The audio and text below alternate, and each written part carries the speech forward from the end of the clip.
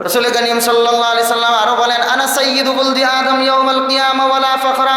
আমি হলাম এই পৃথিবীর বুকে সমস্ত মানবের মধ্যে আমি শ্রেষ্ঠ মানব। জোরে বলেন সুবহানাল্লাহ। রাসূল সাল্লাল্লাহু আলাইহি সাল্লাম বলেন, যত মানুষ পৃথিবীর মধ্যে আসছে, যত নবীরা আসছে, সমস্ত মানুষের মধ্যে আমি হলাম শ্রেষ্ঠ। ওয়ালা ফাখরা, এটা আমি গর্ব করে বলতেছি না, স্বয়ং আল্লাহ তাআলাই আমাকে শ্রেষ্ঠ বানাইছেন। জোরে বলেন সুবহানাল্লাহ। ওয়াবিয়াদি লিওয়াউল হামদি ইয়াউমাল কিয়ামাহ, কিয়ামতের দিন আমার হাতের মধ্যে প্রশংসার জান্ডা থাকবে। আমার হাতের মধ্যে থাকবে লিওয়াউল হাম, প্রশংসার জান্ডা। দুনিয়ার মধ্যে যত নবী আগমন করেছে, সমস্ত নবীদের থেকে শুরু করে আদম আলাইহিস সালাতু ওয়াস সালাম থেকে শুরু করে যত নবী আসছে, সমস্ত নবী আমার এই প্রশংসার পতাকার নিচে থাকবে। সুবহানাল্লাহ।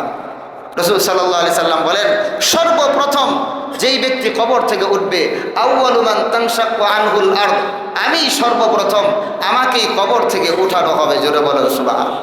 রাসূল সাল্লাল্লাহু আলাইহি সাল্লাম বলেন, আনা নাবিয়্যুর রাহমা আনা নাবিয়্যুত তাওবা, আমি হলাম রহমতের নবী, আমি হলাম তওবার নবী। জোরে বলেন সুবহানাল্লাহ।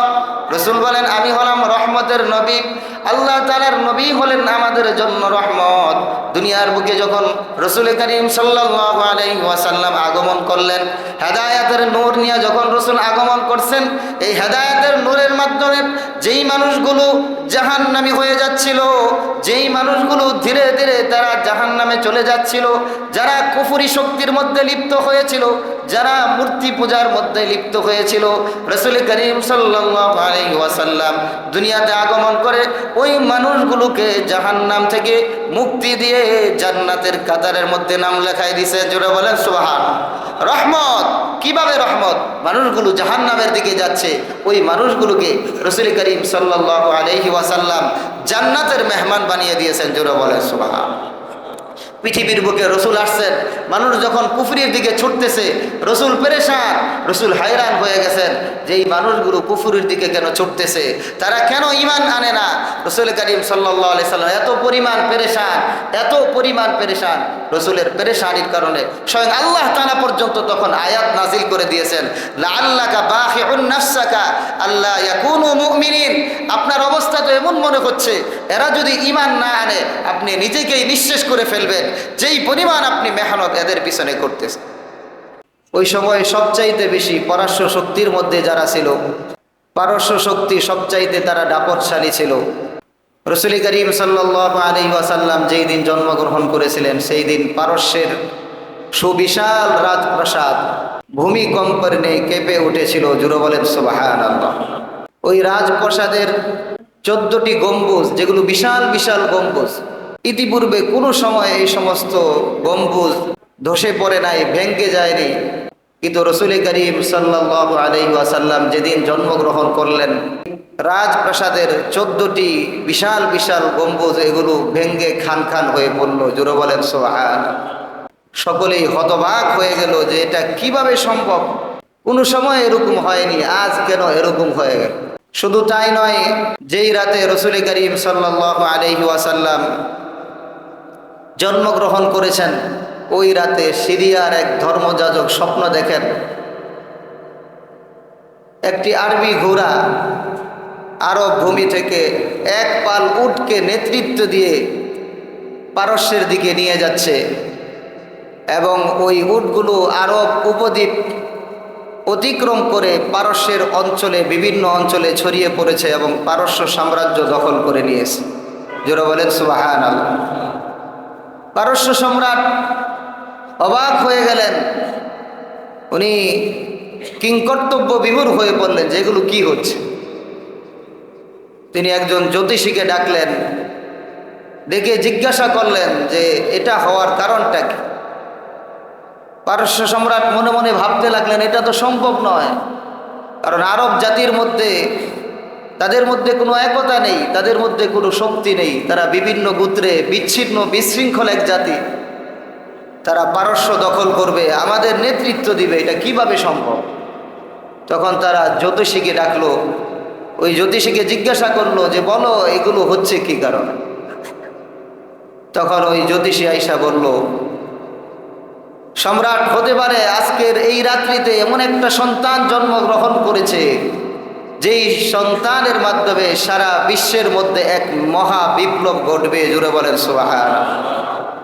এমন এক সন্তানের জন্ম হয়েছে যেই সন্তান এই সারা বিশ্বের মধ্যে সত্যের পতাকা উড্ডীন করবে, জোরে বলেন সুবহানাল্লাহ। যেই সন্তান তাওহীদ এবং আল্লাহ তাআলার একত্ববাদের প্রচার প্রসার ঘটাবে, এমনভাবে সারা বিশ্বের বুকে সে তার অবস্থান তৈরি করবে যে তার অনুসারীরা শেষ পর্যন্ত এই পারস্যকে দখল করবে, জোরে বলেন সুবহানাল্লাহ। বাদশাহ এই সমস্ত ঘটনার দ্বারা হতবাক হয়ে যাচ্ছে, যেগুলো কি শুনতে পাচ্ছে। পারস্যের লোকেরা তারা অগ্নি পূজা করত, আগুনের পূজা করত। তো আগুনের পূজা যেহেতু করত, তারা আগুনের পূজা করার জন্য বিশাল এক অগ্নিকুণ্ড তৈরি করেছে। ওই অগ্নিকুণ্ডের তারা পূজা করত, যেই অগ্নিকুণ্ড হাজার হাজার বছর ধরে কোনো এক সময়ের জন্য সেটা নিভে যায়নি। হাজার হাজার বছর ধরে ওই অগ্নিকুণ্ড নিভে যায়নি। কিন্তু যেদিন রাসূল করিম সাল্লাল্লাহু আলাইহি ওয়াসাল্লাম জন্মগ্রহণ করলেন, যেই অগ্নিকুণ্ড হাজার হাজার বছর ধরে কোনো সময় নিভে যায়নি, রাসূল করিম সাল্লাল্লাহু আলাইহি ওয়াসাল্লাম যেদিন জন্মগ্রহণ করলেন, জন্মগ্রহণ করার সাথে সাথে ওই অগ্নিকুণ্ড নিভে গেল। সুবহানাল্লাহ। রাসূলের জন্মের সাথে সাথে ওই অগ্নিকুণ্ড নিভে গেল। পারস্য সম্রাট সহ পারস্যের লোকেরা অবাক হয়ে গেল, কেন এই অগ্নিকুণ্ড নিভে গেল। জ্যোতিষীকে জিজ্ঞাসা করার পরে একই কথা বলল, এমন এক মহামানবের জন্ম হয়েছে যার মাধ্যমে সমস্ত কুফরি শক্তির অবসান ঘটবে। সমস্ত কুফরি শক্তি, সমস্ত বাতিল, সমস্ত বিদআত পৃথিবীর বুক থেকে এগুলোর অবসান ঘটবে। সুবহানাল্লাহ। শুধু তাই নয়, পারস্যের লোকেরা পারস্য উপসাগরের মধ্যে তারা গোসল করত। যেই সাগরের মধ্যে গোসল করাকে তারা নিজেদের জন্য সৌভাগ্যের কারণ মনে করত। সেইখানে গোসল করলে তাদের ধারণা ছিল তাদের জীবনের সমস্ত গুনাহগুলো মাফ হয়ে যাবে। ওই জায়গার মধ্যে যদি তারা গোসল করে তাদের সমস্ত পাপ রাশি ক্ষমা হয়ে যাবে। এই ধারণা নিয়ে তারা ওই জায়গার মধ্যে গোসল করত। বিশাল এই উপসাগর, যেটা কোনো সময় এটার পানি শুকিয়ে যায় নাই, রাসূল করিম সাল্লাল্লাহু আলাইহি ওয়াসাল্লাম জন্ম লাভ করার পরে ওই যে পানি, যেটা এত বিশাল সাগর ছিল, ওই পানিটা পর্যন্ত শুকিয়ে গেল। জোরে বলেন সুবহানাল্লাহ। রাসূল করিম সাল্লাল্লাহু আলাইহি সাল্লাম জন্মের মাধ্যমে সংবাদ দিয়ে দিলেন, তোমরা যত ধরনের কুসংস্কার পালন করতেছো, এই সমস্ত কুসংস্কারগুলো এগুলো তোমাদের মন গড়া তৈরি, এগুলোর কোনো একটাই আর বাকি থাকবে না। পৃথিবীর বুকে সত্য চলে এসেছে, সত্যের পরে আর মিথ্যা বাকি থাকতে পারে না। এর মাধ্যমে রাসূল করিম সাল্লাল্লাহু আলাইহি ওয়াসাল্লাম সারা বিশ্বকে জানিয়ে দিলেন, সত্য নবী আগমন করেছে, তোমাদের এই সমস্ত বাতিল অচিরেই এগুলো ধ্বংস হয়ে যাবে। রাসূল করিম সাল্লাল্লাহু আলাইহি ওয়াসাল্লাম পৃথিবীর বুকে যখন আগমন করেছেন, রাসূল করিম সাল্লাল্লাহু আলাইহি সাল্লাম আগমনের সময় যখন রাসূল মায়ের গর্ভের মধ্যে ছিলেন, সাধারণত মহিলারা যখন গর্ভের মধ্যে সন্তান থাকে, ওই সন্তান থাকার পরে অনেক কষ্ট করতে হয়, অস্থির হয়ে যায়। সন্তান পেটের মধ্যে থাকাকালীন নিজের শরীরের মধ্যে কোনো শান্তি থাকে না, অস্থির থাকে, শান্তিভাবে চলতে পারে না। হযরত আমেনা উনি বলেন যে নবী মুহাম্মদ যখন আমার গর্ভে ছিল, তখন গর্ভে থাকা সন্তানের যে একটা কষ্ট অনুভব করতে হয়, আমার কোনো ধরনের কষ্টই হয় নাই। জোরে বলেন সুবহানাল্লাহ। রাসূল করিম সাল্লাল্লাহু আলাইহি সাল্লাম যখন গর্ভের মধ্যে ছিলেন, আমেনা দিব্যি চলাফেরা করতে পারতেন, কোনো ধরনের কষ্ট হতো না। উনি আরো বলেছেন, যখন তিনি আমার গর্ভে থাকাকালীন প্রসবের সময় হলো, তিনি যখন জন্মগ্রহণ করবেন, জন্মগ্রহণ করার সময় আমি এমন একটা আলো দেখলাম যখন জন্মগ্রহণ করলেন, যেই আলোর মাধ্যমে আসমান এবং জমিনের মধ্যবর্তী জায়গাটুকু আল্লাহ তাআলা পরিপূর্ণ আলোর মাধ্যমে উজ্জ্বল করে দিলেন। এমন এক আলো, যেই আলোর দ্বারা সারা পৃথিবী উজ্জ্বল হয়ে গেল। এমন আলো দান করলেন, আযাআত মিনহু কুসুরুশ শাম, শামের অট্টালিকা, যেইখানের মধ্যে তারা কুফরি পূজা করত, ওই অট্টালিকা যেগুলো আছে ওইগুলো পর্যন্ত আলোকিত হয়ে গেল।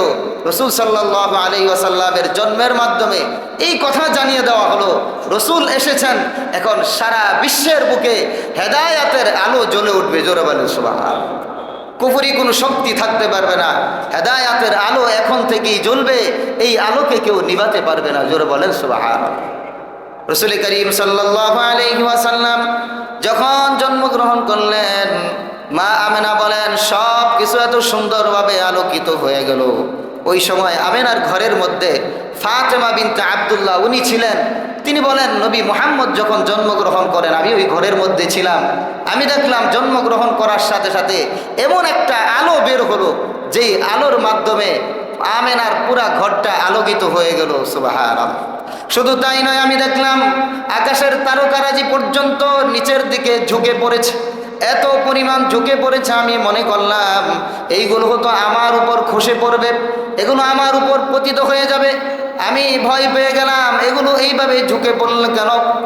আসল কথা হলো এই তারকাগুলো পর্যন্ত রাসূল করিম সাল্লাল্লাহু আলাইহি ওয়াসাল্লামের সম্মানে ঝুঁকে পড়েছে। জোরে বলেন সুবহানাল্লাহ। রসুল সাল্লাল্লাহু আলাইহি সাল্লামের সম্মানে এই সমস্ত তারকারাজি পর্যন্ত রসুল করিম সাল্লাল্লাহু আলাইহি সাল্লামের সম্মানে তারা ঝুঁকে পড়েছে, সম্মান জানিয়েছে। আর এই তারকারাজিগুলো সাক্ষী দিচ্ছে যে বাতিল পরাশক্তি এরা আর কোনোভাবেই এই নবী যেই সত্য বাণী নিয়েছেন তার সামনে টিকতে পারবে না। রসুল করিম সাল্লাল্লাহু আলাইহি সাল্লামের জন্মের পরে আব্দুল মুত্তালিবকে সংবাদ দেওয়া হলো। তিনি জানলেন যে এই ঘরের মধ্যে সন্তান জন্মগ্রহণ করছে, দৌড়ায় আসলেন, আয়েশা আমিনার সূতিকাগারে প্রবেশ করলেন। প্রবেশ করে নবী মুহাম্মদকে কুলের মধ্যে নিয়ে বাইতুল্লাহ চলে গেলেন। বাইতুল্লাহ গিয়ে আল্লাহ তাআলার শুকর আদায় করলেন। নবী মুহাম্মদুর রাসূলুল্লাহ সাল্লাল্লাহু আলাইহি সাল্লামের জন্য কল্যাণের দোয়া করলেন, আর তার নাম রেখে দিলেন মুহাম্মদ। সুবহানাল্লাহ বলেন। নাম রেখে দিলেন মুহাম্মদ। মুহাম্মদ কি জন্য নাম রাখা হলো? মুহাম্মদ নাম রাখার কারণটা কি? হযরত আমেনা বলেন নবী মুহাম্মদ যখন আমার গর্ভে ছিল তখন আমি একদিন স্বপ্নে দেখলাম, আমাকে স্বপ্নের মধ্যে দেখানো হলো, স্বপ্নের মধ্যে আমি দেখতেছি যে আমার উদর থেকে একটা উজ্জ্বল আলো বের হয়ে এসেছে। জোরে বলেন সুবহান। তখন আমাকে বলা হচ্ছে ইন্নাকি কদ হামালতি বিসাইয়্যিদি হাযিহিল উম্মাহ, তুমি এই উম্মতের সর্দারকে তোমার পেটের মধ্যে ধারণ করেছো। সাধারণ কোনো ব্যক্তি নয় যিনি এই উম্মতের সর্দার হবেন। ফাইদা ওয়াকা আলাল আরদি, তিনি যখন জন্মগ্রহণ করবেন তখন তুমি এই কথা বলবা উঈদুহু বিল ওয়াহিদি মিন কুল্লি শাররি হাসিদিন, তুমি সাথে সাথে এই কথা বলবা যে আমি সমস্ত হিংসুকদের অনিষ্টতা থেকে আমি তাকে আল্লাহর আশ্রয়ে দিচ্ছি। জোরে বলেন সুবহানাল্লাহ। সমস্ত অনিষ্টতা থেকে, কারণ যারা বাতিল কুফরি শক্তি আছে তারা রাসূল করিম সাল্লাল্লাহু আলাইহি সাল্লামের বিরোধিতা করবে। এই জন্য আমেনাকে স্বপ্নের মধ্যে দেখায় দেওয়া হলো, তুমি বলো সমস্ত মানুষও যদি তার বিরোধিতা করে একমাত্র আল্লাহ তাআলাই তার সহযোগিতার জন্য যথেষ্ট, আর কারো সহযোগিতার প্রয়োজন নেই। রাসূল করিম সাল্লাল্লাহু আলাইহি ওয়াসাল্লামকে এইভাবে আল্লাহ তাআলার আশ্রয় দেওয়ার পর স্বপ্নে ওনাকে বলা হচ্ছে সুম্মা সাম্মিহি মুহাম্মাদা, এরপরে তুমি তার নাম রেখে দিবে মুহাম্মদ। মুহাম্মদ শব্দের অর্থ হলো প্রশংসিত। জোরে বলেন সুবহানাল্লাহ। প্রশংসিত মানে রাসূল করিম সাল্লাল্লাহু আলাইহি সাল্লামের যেই এই নামটা নেবে, একটা কাফের পর্যন্ত যদি নাম নেয় তখনও সে বলবে মুহাম্মদ, তার জবান দিয়েও উচ্চারিত হবে যে তিনি প্রশংসিত। জোরে বলেন সুবহানাল্লাহ। নবী করিম সাল্লাল্লাহু আলাইহি ওয়াসাল্লাম আল্লাহ তাআলার কাছে প্রশংসিত, রাসূল করিম সাল্লাল্লাহু আলাইহি ওয়াসাল্লাম ফেরেশতাদের কাছে প্রশংসিত, সমস্ত মুমিনদের কাছে প্রশংসিত। রাসূল সাল্লাল্লাহু আলাইহি ওয়াসাল্লাম কাফেরদের কাছেও প্রশংসিত। সমস্ত কাফেররা যদি রাসূল করিম সাল্লাল্লাহু আলাইহি সাল্লামের জীবনী নিয়ে পর্যালোচনা করে, তারা রাসূলের আদর্শগুলোর উপর পর্যালোচনা করে, তারা এই কথা বলতে বাধ্য হবে ইনিই একমাত্র শ্রেষ্ঠ ব্যক্তি, তার মতো আর কোনো শ্রেষ্ঠ ব্যক্তি হতে পারে না। জোরে বলেন ঠিক কি না? তিনি একমাত্র শ্রেষ্ঠ ব্যক্তি, তিনি যেই গুণে গুণান্বিত, পৃথিবীর আর কেউ এই গুণে গুণান্বিত না। রাসূল করিম সাল্লাল্লাহু আলাইহি সাল্লাম নিজেই নিজের নাম বলতেন। রাসূল বলতেন আনা মুহাম্মদ আনা আহমদ, রাসূল বলতেন আমার নাম হলো মুহাম্মদ, আমি হলাম মুহাম্মদ, আনা আহমদ, আমার নাম হলো আহমদ, আনাল মাহিউল্লাযী ইয়ামহুল্লাহু বিল কুফর, আমার নাম হলো মাহি, আল্লাহ তাআলা আমার মাধ্যমে মাধ্যমে সমস্ত কুফরি শক্তিকে নিশ্চিহ্ন করে দিবেন। আমি হলাম মাহি, সমস্ত কুফরি শক্তি আমার মাধ্যমে নিশ্চিহ্ন হবে। রাসূল সাল্লাল্লাহু আলাইহি সাল্লাম বলেন, আনাল হাসির ইউহশারুন নাসু আলা কদামি, আমার নাম হলো হাসের, সমস্ত মানুষগুলো হাসরের ময়দানে সকলেই আমার পিছনে একত্রিত হবে। জোরে বলুন সুবহানাল্লাহ। রাসূল বলেন, আমার নাম হলো আকিব, আনাল আকিব ওয়াল আকিবুল্লাযী লাইসা বা'দাহু নবী, আমি হলাম সর্বশেষ নবী। আকিবের অর্থ হলো আমার পরে আর কোনো নবী আসবে না। জোরে বলেন সুবহানাল্লাহ।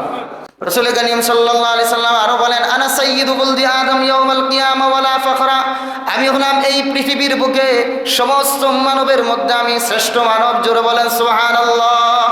রাসূল সাল্লাল্লাহু আলাইহি সাল্লাম বলেন, যত মানুষ পৃথিবীর মধ্যে আসছে, যত নবীরা আসছে, সমস্ত মানুষের মধ্যে আমি হলাম শ্রেষ্ঠ। ওয়ালা ফখরা, এটা আমি গর্ব করে বলতেছি না, স্বয়ং আল্লাহ তাআলাই আমাকে শ্রেষ্ঠ বানাইছেন। জোরে বলেন সুবহানাল্লাহ। ওয়াবিয়াদি লিওয়াউল হামদি ইয়াউমাল কিয়ামাহ, কিয়ামতের দিন আমার হাতের মধ্যে প্রশংসার জান্ডা থাকবে, আমার হাতের মধ্যে থাকবে লিওয়াউল হাম, প্রশংসার জান্ডা। দুনিয়ার মধ্যে যত নবী আগমন করেছে, সমস্ত নবীদের থেকে শুরু করে আদম আলাইহিস সালাতু ওয়াস সালাম থেকে শুরু করে যত নবী আসছে, সমস্ত নবী আমার এই প্রশংসার পতাকার নিচে থাকবে। সুবহানাল্লাহ। রাসূল সাল্লাল্লাহু আলাইহি সাল্লাম বলেন, সর্বপ্রথম যেই ব্যক্তি কবর থেকে উঠবে, আউয়ালু মান তানশাক্কু আনহুল আরদ, আমি সর্বপ্রথম আমাকেই কবর থেকে উঠানো হবে। জোরে বলেন সুবহানাল্লাহ। রাসূল সাল্লাল্লাহু আলাইহি সাল্লাম বলেন, আনা নাবিয়্যুর রাহমা, আনা নাবিয়্যুত তাওবা, আমি হলাম রহমতের নবী, আমি হলাম তওবার নবী। জোরে বলেন সুবহানাল্লাহ। রাসূল বলেন, আমি হলাম রহমতের নবী। আল্লাহ তাআলার নবী হলেন আমাদের জন্য রহমত। দুনিয়ার বুকে যখন রাসূল করিম সাল্লাল্লাহু আলাইহি ওয়াসাল্লাম আগমন করলেন, হেদায়েতের নূর নিয়ে যখন রাসূল আগমন করছেন, এই হেদায়েতের নূরের মাধ্যমে যেই মানুষগুলো জাহান্নামী হয়ে যাচ্ছিল, যেই মানুষগুলো ধীরে ধীরে তারা জাহান্নামে চলে যাচ্ছিল, যারা কুফরি শক্তির মধ্যে লিপ্ত হয়েছিল, যারা মূর্তি পূজার মধ্যে লিপ্ত হয়েছিল, রাসূল করিম সাল্লাল্লাহু আলাইহি ওয়াসাল্লাম দুনিয়াতে আগমন করে ওই মানুষগুলোকে জাহান্নাম থেকে মুক্তি দিয়ে জান্নাতের কাতারের মধ্যে নাম লেখায় দিয়েছে। জোরে বলেন সুবহানাল্লাহ। রহমত, কিভাবে রহমত? মানুষগুলো জাহান্নামের দিকে যাচ্ছে, ওই মানুষগুলোকে রাসূল করিম সাল্লাল্লাহু আলাইহি ওয়াসাল্লাম জান্নাতের মেহমান বানিয়ে দিয়েছেন। জোরে বলেন সুবহানাল্লাহ। পৃথিবীর বুকে রসুল আসছেন, মানুষ যখন কুফরির দিকে ছুটতেছে, রসুল পেরেশান, রসুল হায়রান হয়ে গেছেন যে এই মানুষগুলো কুফরির দিকে কেন ছুটতেছে, তারা কেন ঈমান আনে না।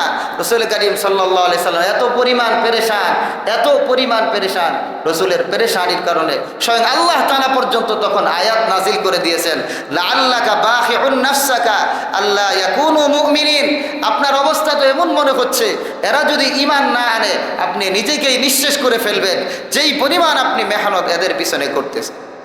বাস্তবিক পক্ষে রাসূল সাল্লাল্লাহু আলাইহি ওয়াসাল্লাম আমাদের জন্য এত পরিমাণ রহমত, যেই রহমতের জন্য আমরা যদি আল্লাহ তাআলার কুদরতি পায়ে সারা জীবন সেজদা দিয়ে থাকি, তাও ওই রহমতের শুকর আদায় হবে না। কি বলে ঠিক কিনা?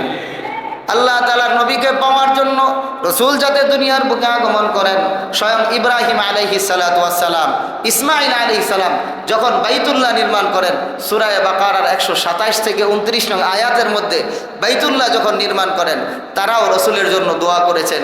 ওই দোয়াটাও আল্লাহ তাআলা কুরআনে কারীমের মধ্যে তুলে ধরেছেন। তারা বলতেছিলেন, রব্বানা তাকাব্বাল মিন্না ইন্নাকা আনতাস সামিউল আলিম, ওগো আল্লাহ এই বাইতুল্লাহ নির্মাণ করলাম, এই বাইতুল্লাহকে আপনি কবুল করে নিন, এই বাইতুল্লাহকে কবুল করে নিন।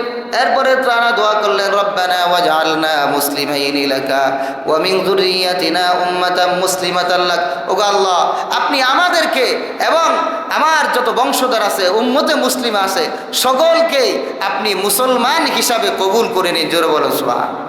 ইব্রাহিম আলাইহিস সালাম, ইসমাঈল আলাইহিস সালাম বাইতুল্লাহ নির্মাণ করে যখন এই দোয়াগুলো করতেছিলেন, তারা বলতেছেন, ওয়ারিনা মানাসিকানা, ওগো আল্লাহ আপনি আমাদেরকে ইবাদতের বিষয়গুলো শিক্ষা দিয়ে দিন, ওয়া তুব আলাইনা, আমাদের তওবাকে কবুল করুন। এইভাবে তারা দোয়া করতেছেন। এই দোয়ার এক পর্যায়ে গিয়া তারা দোয়া করছেন, রব্বানা ওয়াবআস ফীহিম রাসূলাম মিনহুম ইয়াতলু আলাইহিম আয়াতিকা ওয়া ইউআল্লিমুহুমুল কিতাবা ওয়াল হিকমাতা ওয়া ইউযাক্কিহিম, ওগো আল্লাহ আপনি এদের মধ্য থেকেই এমন একজন রসুলকে তাদের কাছে পাঠান, যেই রসুল তাদেরকে কোরআনে কারীমের তিলাওয়াত শিক্ষা দিবে। জোরে বলেন সুবহানাল্লাহ। রসুল করিম সাল্লাল্লাহু আলাইহি ওয়াসাল্লামকে পাঠাইলেন কোরআনে কারীমের তিলাওয়াত শিক্ষা দিবে। সুতরাং যারাও এখনো ওই কোরআনে কারীমকে বুকে ধারণ করতে পারবে তারাই বাস্তবিক পক্ষে রসুলের আদর্শের অনুসারী, তারাই বাস্তবিক পক্ষে আশিকে রাসূল। জোরে বলেন ঠিক কিনা?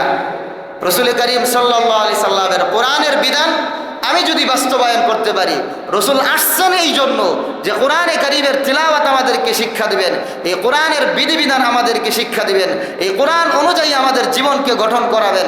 আমরা যদি এই কোরআন অনুযায়ী নিজের জীবনকে গঠন করতে পারি, এই কোরআন অনুযায়ী যদি আমরা নিজের জীবনকে পরিচালিত করতে পারি বাস্তবিক পক্ষে, তখন আমরা দাবি করতে পারবো আশিকে রাসূল। জোরে বলেন ঠিক কিনা?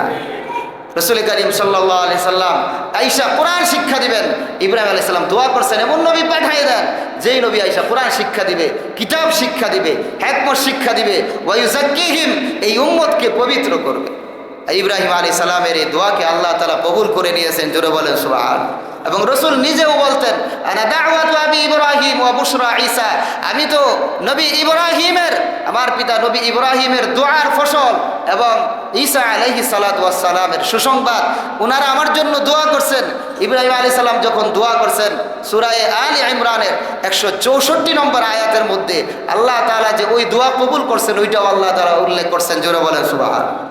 আল্লাহ তাআলা বলেন লাকাদ মান্নাল্লাহু আলাল মুমিনিন ইয বা'আসা ফীহিম রাসূলাম মিন আনফুসিহিম ইয়াতলু আলাইহিম আয়াতিহি ওয়া ইউযাক্কিহিম ওয়া ইউআল্লিমুহুমুল কিতাবা ওয়াল হিকমাহ ওয়া ইন কানু মিন ক্বাবলু লাফী দালালিম মুবিন।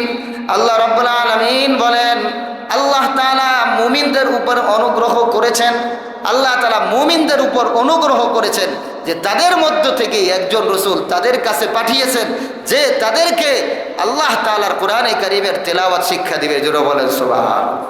তো রসুল করিম সাল্লাল্লাহু আলাইহি ওয়াসাল্লাম আসছেন, তিনি হলেন রহমতের নবী। এত পরিমাণ রহমত নিয়ে আসছেন একটা মানুষ জাহান্নামে যাক এটা কোনো সময় চায় না। রসুল করিম সাল্লাল্লাহু আলাইহি ওয়াসাল্লাম যখন তায়েফের ময়দানে গিয়েছেন, মক্কাবাসীকে দাওয়াত দিয়েছেন, তারা দাওয়াত গ্রহণ করেন নাই। তায়েফের ময়দানে গিয়া দাওয়াত দেওয়া শুরু করছেন। ওই দাওয়াতের মধ্যে রসুল করিম সাল্লাল্লাহু আলাইহি ওয়াসাল্লাম এত পরিমাণ নির্যাতনের শিকার হয়েছে। ওই কাফেরের লোকেরা, তায়েফের লোকেরা রসুল করিম সাল্লাল্লাহু আলাইহি ওয়াসাল্লামের সাথে ভালো আচরণ করে নাই।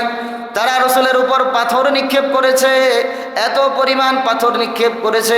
ওই পাথরের আঘাতে রসুল করিম সাল্লাল্লাহু আলাইহি ওয়াসাল্লাম রক্তে রঞ্জিত হয়ে গেছেন। মাথা থেকে পা পর্যন্ত পাথরের আঘাতে রসুল করিম সাল্লাল্লাহু আলাইহি ওয়াসাল্লাম এত পরিমাণ আঘাতপ্রাপ্ত হয়েছিলেন, রক্তে রঞ্জিত হয়ে গিয়েছেন। জিবরিল আলাইহিস সালাতু ওয়াস সালাম চলে আসছে, আয়েশা বলতেছে ওগো আল্লাহর হাবিব, আপনি যদি বলেন এই যে দেখেন আমার সাথে পাহাড়ের ফেরেশতা আছে, আপনি যদি অর্ডার করেন, যাই অর্ডার করবেন এই পাহাড়ের ফেরেশতা পালন করবে। পাহাড়ের ফেরেশতা গিয়া বলতেছে ওগো আল্লাহর হাবিব, আমাকে অর্ডার দিন, তারা আপনাকে এত নির্যাতন করছে, আপনি যদি অর্ডার দেন এই দুই পাহাড়ের চাপা দিয়া আমি তাদেরকে ধ্বংস করে দিব। রাসূল সাল্লাল্লাহু আলাইহি সাল্লাম দেখেন কি পরিমাণ দয়ার নবী। আল্লাহ বলছেন তোমাদের উপর পাঠাইছি যেই নবী অত্যন্ত দয়াশীল। কি পরিমাণ দয়ার নবী, যার মাথা থেকে পা পর্যন্ত পাথরের আঘাতে জর্জরিত হয়ে গেলেন।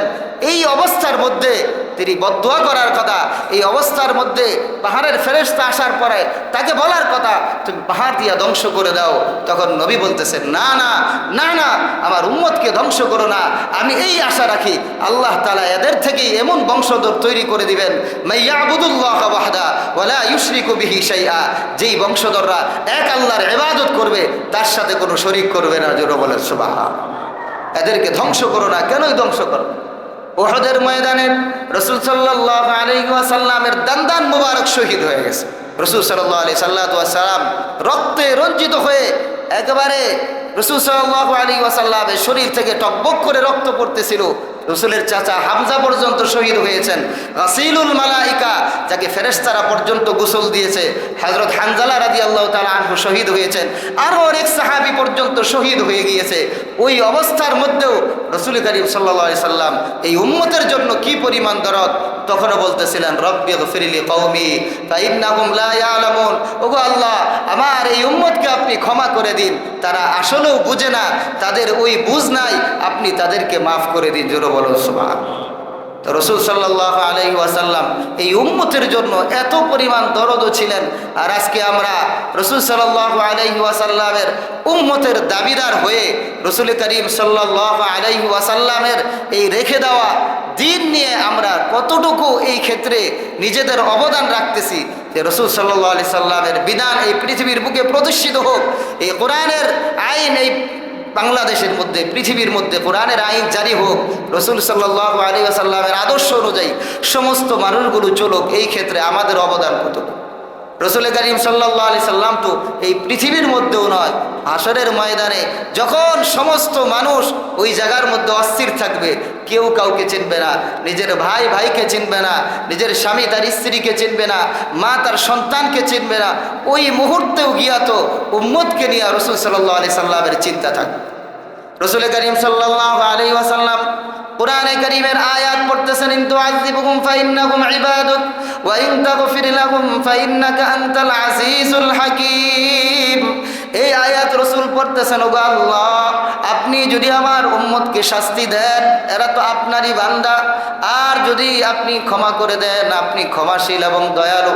রসুল এই আয়াত পরে অজর দ্বারাই কান্না করতেছেন আর দোয়া করতেছেন হাত তুলে, আল্লাহুম্মা উম্মতি, আল্লাহুম্মা উম্মতি, ওগো আল্লাহ আমার উম্মতের হেফাজত করেন, আমার উম্মতের হেফাজত করেন। ফেরেশতা জিবরিল আলাইহিস সালাতু ওয়াস সালাম আকাশ থেকে চলে আসছেন, রসুলের কাছে আয়েশা বলতেছেন, ওগো আল্লাহর হাবিব, আপনি কেন এত কান্না করতেছেন? তখন জিবরিল আলাইহিস সালামকে রসুল বললেন, আমার উম্মত, এই উম্মতের ব্যাপারে আমি কান্না করতেছি, তাদের অবস্থা কি হবে? রসুল সাল্লাল্লাহু আলাইহি সাল্লামের কান্না দেখে কোরআনে কারীমের সূরা দুহার মধ্যে সর্বশেষ আয়াত, ওইখানের মধ্যে কোরআনে কারীমের সূরা দুহার মধ্যে একটা আয়াত আছে, ওইখানের মধ্যে আল্লাহ তাআলার হাবিবকে আল্লাহ জানাই দিলেন, ও জিবরিল, আমার হাবিবকে বলো, ওয়ালা সাউফা ইউতিকা ফারাব ওয়ালা সাউফা ইউতিকা রাব্বুকা ফাতারদা, আমার রসুলকে জানাই দাও, আমি আমার রসুলকে সন্তুষ্ট করব, এমন জিনিস দান করব যাতে আমার রসুল সন্তুষ্ট হয়ে যাবেন। জোরে বলেন সুবহানাল্লাহ। এমন জিনিস কি যেটা আল্লাহ তাআলা রসুলকে দান করবেন? আল্লাহ তাআলা রসুলকে উম্মতের জন্য সুপারিশের অধিকার হাসরের ময়দানে দান করবেন। জোরে বলেন সুবহানাল্লাহ। উম্মত যখন হাসরের ময়দানে অস্থির হয়ে যাবে, হাসরের ময়দানে পেরেশান, মাথার উপরে যখন সূর্য থাকবে, সূর্যের তাপের কারণে সমস্ত উম্মত যখন অস্থির হয়ে পড়বে, ওই জায়গার মধ্যে মানুষ তার গুনাহ পরিমাণ গামের মধ্যে হাবুডুবু খেতে থাকবে, মাথার মগজ টকবক করতেছে, গুনাহের পরিমাণ ঘামের মধ্যে হাবুডুবু খাইতেছে, অস্থির পেরেশান, সকলেই খুঁজতে থাকবে কে আছে আমাদের জন্য সুপারিশ করবে। হযরত আদম আলাইহিস সালাতু ওয়াস সালামের কাছে যাবে, যাওয়ার পরে গিয়া বলতে থাকবে, আপনি হলেন নবীদের সমস্ত মানুষের পিতা, আনতা আবুল বাশার, আল্লাহ তাআলা আপনাকে নিজ হাতে সৃষ্টি করেছেন, আল্লাহ তাআলা আপনার মধ্যে রূহ ফুঁক দিয়েছেন, আল্লাহ রাব্বুল আলামিন আপনাকে সৃষ্টি করেছেন নিজ হাতে, সমস্ত মানুষের পিতা আপনাকে বানাইছেন, আল্লাহ তাআলা আপনাকে জান্নাতের মধ্যে জায়গা দিয়েছেন, আল্লাহ তাআলা আপনাকে ফেরেশতাদের মাধ্যমে সেজদা করিয়েছেন। আজকের এই কঠিন মুহূর্তে আল্লাহর দরবারে সুপারিশ করে আমাদের জন্য নাজাতের ব্যবস্থা করে দিন। ওই মুহূর্তে আদম আলাইহিস সালাতু ওয়াস সালাম বলবেন, না, আজকে আল্লাহ তাআলা এত পরিমাণ রাগান্বিত হয়েছেন, যেই ধরনের রাগ আল্লাহ তাআলা ইতিপূর্বে কোনো সময় করেন নাই এবং ভবিষ্যতেও এত পরিমাণ রাগ আল্লাহ করবেন না। আমার পক্ষে তোমাদের জন্য সুপারিশ করা সম্ভব না, কারণ আল্লাহ তাআলা আমাকে বলেছিলেন জান্নাতের মধ্যে জায়গা দিয়ে তুমি জান্নাতের গন্ধম ফল খেও না, কিন্তু আমি ওই ফল খেয়েছিলাম, আমি আল্লাহ তাআলার কাছে তোমাদের জন্য সুপারিশ করতে পারবো না। হযরত আদম আলাইহিস সালাম উনি নিজে পর্যন্ত তখন বলবেন, নাফসি নাফসি, আমার নফসের কি হবে, আমার নফসের কি হবে, তোমরা আমার কাছে না, নূহ আলাইহিস সালাতু ওয়াস সালামের কাছে যাও। তারা দৌড়ায়া নূহ আলাইহিস সালাতু ওয়াস সালামের কাছে যাবে, যাওয়ার পরে গিয়া বলবে, আপনি হলেন আল্লাহ তাআলার রসুল, সর্বপ্রথম যাকে রসুল হিসাবে আদম আলাইহিস সালামের পরে আল্লাহ তাআলা পাঠিয়েছেন নূহ আলাইহিস সালাম, বলবেন আপনি হলেন আল্লাহ তাআলার সর্বপ্রথম রসুল, আমাদের জন্য আল্লাহ তাআলার কাছে সুপারিশ করেন। হযরত নূহ আলাইহিস সালাম বলবেন, না, আল্লাহ তাআলা এত রাগান্বিত হয়েছেন, আমি সুপারিশ করতে পারবো না, আমার পক্ষে সম্ভব নয়। আমাকে দায়িত্ব দেওয়া হয়েছিল দাওয়াত দেওয়ার জন্য। নূহ আলাইহিস সালাম এমন নবী যে 950 বছর উম্মতের মধ্যে দাওয়াত দিয়েছেন, ওই 950 বছরে 40 থেকে 80 জন মাত্র মুসলমান হয়েছে। 950 বছর দাওয়াত দিচ্ছেন, এরপরে গিয়া জাতির জন্য বদদুয়া করছেন যে এরা এমন জাতি আমার কথা মানে না, এরা ঈমান আনে না, এরা যাতে ধ্বংস হয়ে যায়। তো নূহ আলাইহিস সালাম তখন এই কথা পেশ করবেন, না আমি আমার জাতির জন্য বদদুয়া করেছি। চিন্তা করে 950 বছর দাওয়াত দেওয়ার পরে তারপরেও নিজের উজর পেশ করতেছে, আমি আল্লাহর কাছে সুপারিশ করতে পারবো না। আল্লাহ যদি আমাকে ধরে বসেন, তুমি কেন বদদুয়া করলা উম্মতের জন্য?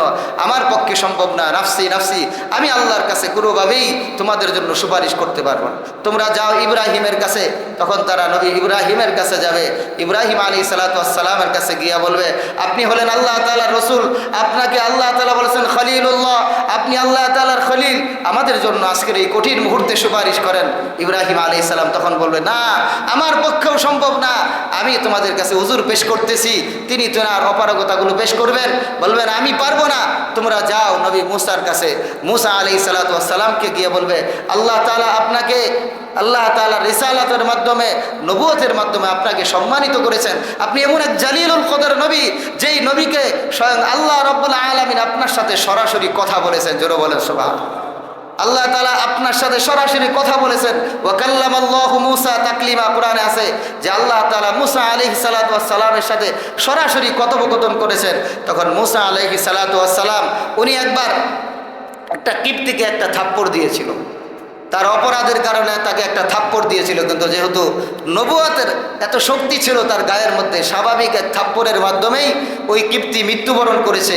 উনি ইচ্ছা করে তাকে দেন নাই যে সে মারা যাক, কিন্তু তারপরেও অনিচ্ছায় তাকে যখন একটা শিষ্টাচারের জন্য একটা থাপ্পড় দিয়েছিলেন, এর মাধ্যমে সে মৃত্যুবরণ করেছে। মুসা আলাইহিস সালাতু ওয়াস সালাম বলবেন, না আজকের এই দিনে আমার পক্ষে কোনোভাবেই আল্লাহর কাছে সুপারিশ করা সম্ভব নয়। আমি এক কিপ্তিকে থাপ্পড় দিয়েছিলাম, সে মৃত্যুবরণ করেছিল। আল্লাহ তাআলা যদি আজকে আমাকে জিজ্ঞাসা করে আমি কি জবাব দিব? নাফসি নাফসি, আমি আমার নিজেকে নিয়ে পেরেশান, আমার কাছ থেকে তোমরা চলে যাও। তারা হযরত ঈসা আলাইহিস সালাতু ওয়াস সালামের কাছে যাবে। ঈসা আলাইহিস সালাতু ওয়াস সালামকে গিয়ে বলবে, আপনি হলেন আল্লাহ তাআলার রাসূল, আল্লাহ তাআলা আপনার মধ্যে আল্লাহ আপনার রূহ ফুঁকে দিয়েছেন। জোরে বলেন সুবহানাল্লাহ। ঈসা আলাইহিস সালাতু ওয়াস সালাম মায়ের গর্ভে উনি পিতা ছাড়াই জন্মগ্রহণ করেছেন। আল্লাহ তাআলা পিতা ছাড়াই জন্ম দিয়েছেন, পিতার ব্যবস্থা করেন নাই। তো কিভাবে জন্মগ্রহণ করেন? আল্লাহ তাআলা স্বয়ং তার ভিতরে রূহ ফুঁকে দিয়েছিলেন। জোরে বলেন সুবহানাল্লাহ। ওইভাবেই তিনি জন্মগ্রহণ করেছেন। তো তাকে বলবেন, আপনি আমাদের জন্য সুপারিশ করেন।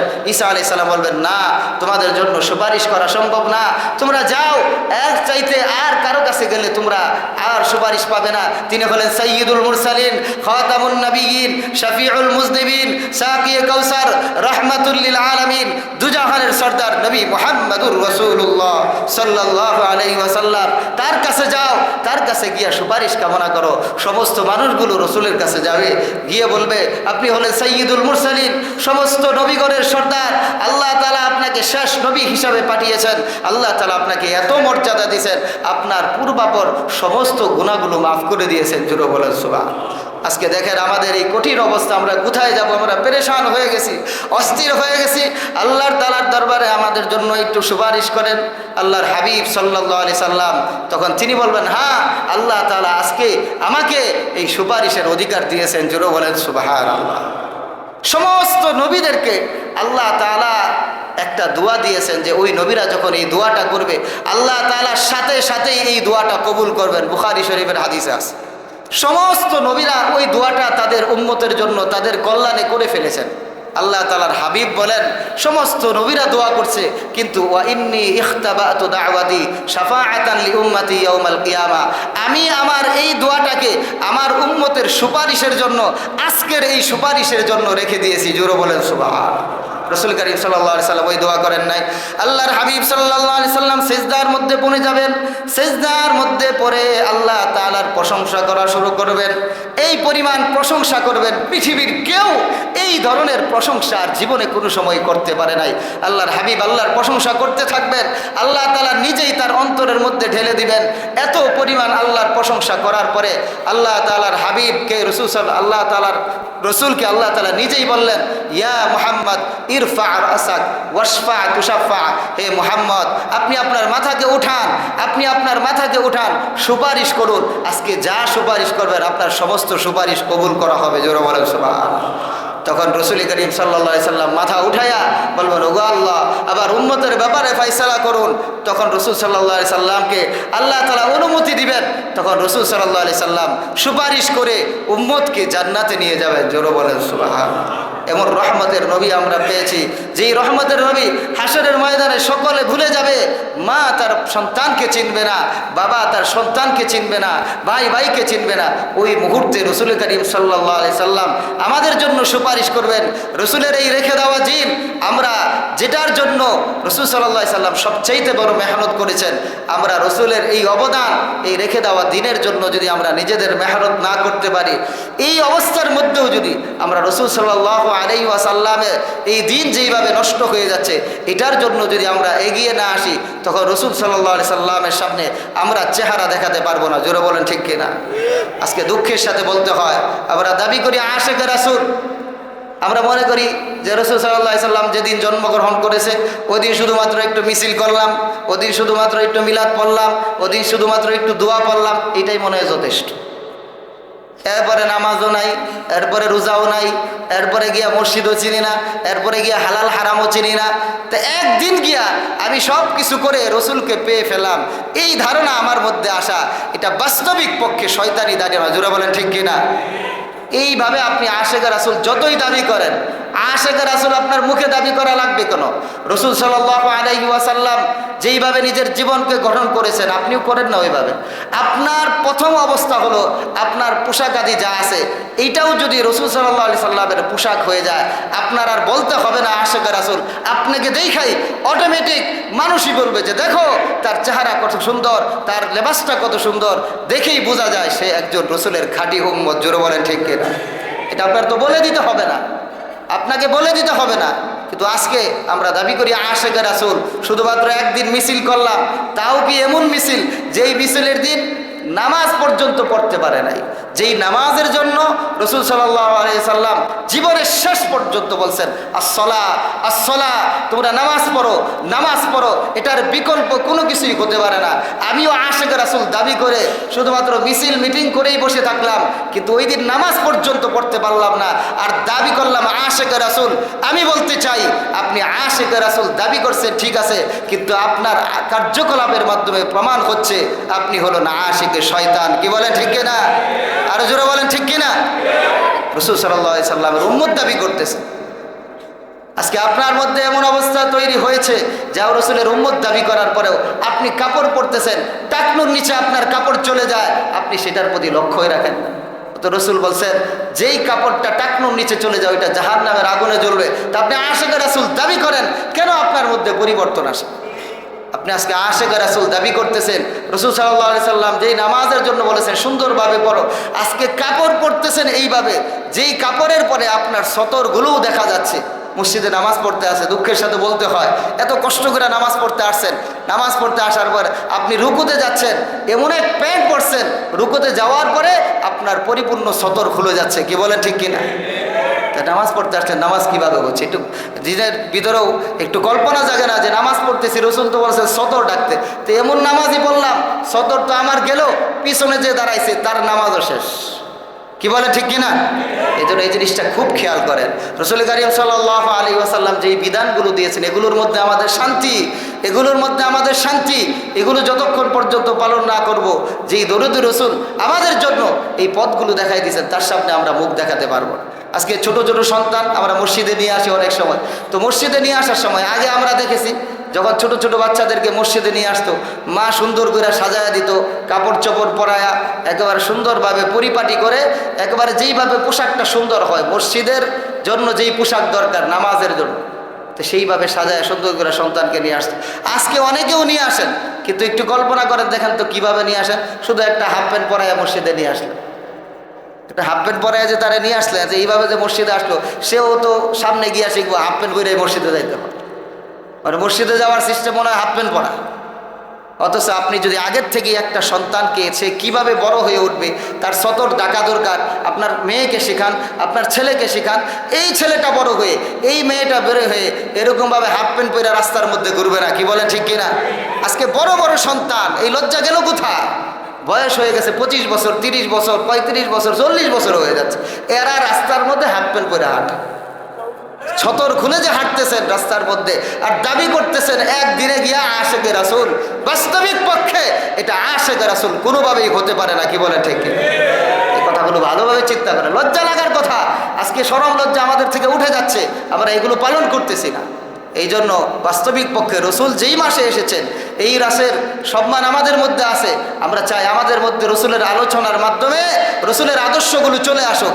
শুধুমাত্র দাবি করলাম আশিকে রাসূল, কিন্তু রসুলের আদর্শ বাস্তবায়ন করলাম না। মসজিদের পাশেই থাকি, আইসা নামাজটা পর্যন্ত পড়তে পারলাম না, আশিকে রাসূল দাবি করলাম। এটা আশিকে রাসূল দাবি মুখে হতে পারে, আপনার কার্যকলাপে আশিকে রাসূল প্রমাণিত হয় না। কি বলেন ঠিক না?